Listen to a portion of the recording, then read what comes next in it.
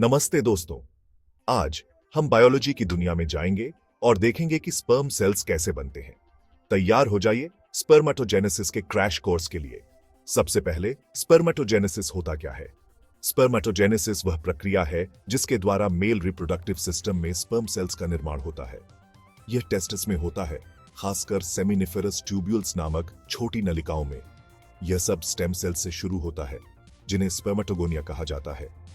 ये सेल्स एक पेड़ की जड़ की तरह होते हैं, जो विभाजित हो सकते हैं और अधिक विशेष सेल्स में बदल सकते हैं। जब प्यूबर्टी आती है तो ये स्पर्मेटोगोनिया सक्रिय हो जाते हैं और मैच्योर स्पर्म सेल्स बनने की प्रक्रिया शुरू करते हैं। स्पर्मेटोजेनेसिस को 3 मुख्य चरणों में विभाजित किया जा सकता है। 1. इस स्टेज में स्पर्मेटोगोनिया विभाजित होकर प्राइमरी स्पर्मेटोसाइट्स का निर्माण करते हैं। इसे ऐसे समझो जैसे वो खुद को क्लोन कर रहे हैं। 2. इसके बाद ये प्राइमरी स्पर्मेटोसाइट्स मियोसिस से गुजरते हैं, जो एक विशेष प्रकार का सेल डिवीजन है जो क्रोमोसोम की संख्या को आधा कर देता है। इससे सेकेंडरी स्पर्मेटोसाइट्स बनते हैं, जो आगे विभाजित होकर स्पर्मेटिड्स बनाते हैं। 3.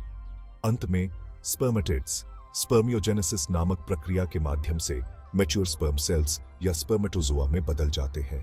इस फेज के दौरान उनमें तैरने के लिए एक पूंछ और जेनेटिक मटेरियल से भरा एक सिर विकसित होता है। पूरी प्रक्रिया हार्मोन्स द्वारा नियंत्रित होती है। मस्तिष्क में pituitary gland luteinising hormone LH और फॉलिकल स्टिमुलेटिंग हार्मोन FSH को रिलीज करती है। LH टेस्टोस्टेरोन के उत्पादन को उत्तेजित करता है, जो स्पर्म प्रोडक्शन के लिए महत्वपूर्ण है, जबकि FSH स्पर्म सेल्स की परिपक्वता में मदद करता है। ये रही एक मजेदार बात। एक स्वस्थ पुरुष हर सेकंड लगभग 1500 स्पर्म सेल्स का उत्पादन करता है। इसका मतलब है कि हर दिन लाखों स्पर्म सेल्स बनते हैं। अद्भुत है ना? स्पर्मेटोजेनेसिस हमारे शरीर की सबसे महत्वपूर्ण प्रक्रियाओं में से एक है, क्योंकि यह सुनिश्चित करता है कि अगली पीढ़ी के लिए स्वस्थ और सक्षम स्पर्म सेल्स तैयार हों। तो लीजिए, स्पर्मेटोजेनेसिस एक जटिल लेकिन अविश्वसनीय रूप से कुशल प्रक्रिया है जो जीवन चक्र को चलाती रहती है।